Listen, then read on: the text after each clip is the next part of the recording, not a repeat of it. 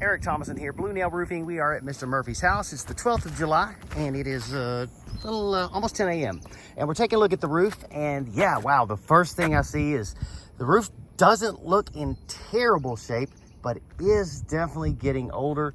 You can kind of tell by the edges of these shingles. You can see, I don't know if you can make it out in the video here, but they're shiny. So what that means is the shingles are starting to kind of wear out. You can see the little fibers here on the edges, and that's kind of just everywhere on the roof. That just tells us that it's been wore out by the UV and it's been up here for a while.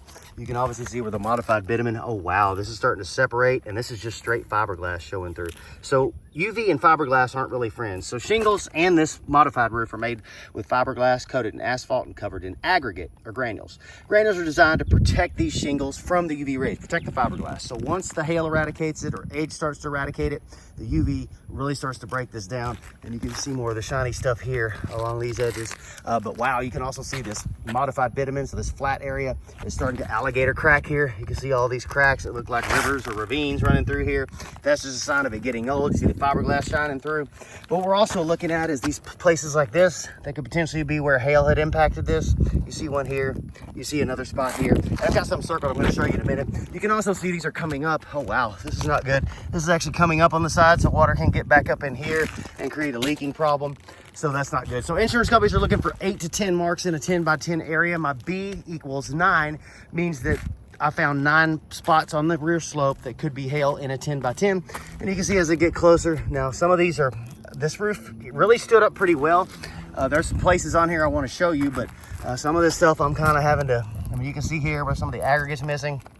Kind of hard to make out, but it's a little bit soft to the touch, so it actually bruises and fractures that fiberglass.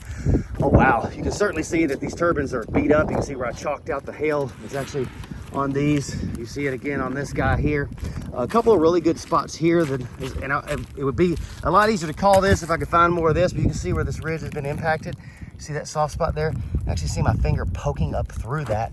So that's a pretty good impact mark. There's also another one right here. That's a pretty good divot in the roof. L equals 9 means 9 hits on the left slope.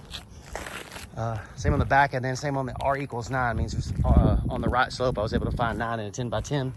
You can see a couple areas right here. A little bit soft right there. I don't know if we've had a leaking issue.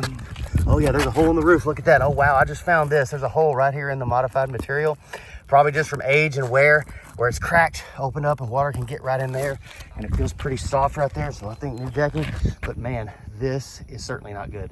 You can see here, this is a huge spot. Oh my gosh, I almost fell through that. I didn't realize it was that soft, but this spot right here is totally rotted out. So we've got some leaking at this flashing here, or something's going on that's rotted this decking, so that needs to be addressed. So my suggestion is we could file a claim, get the insurance company out here.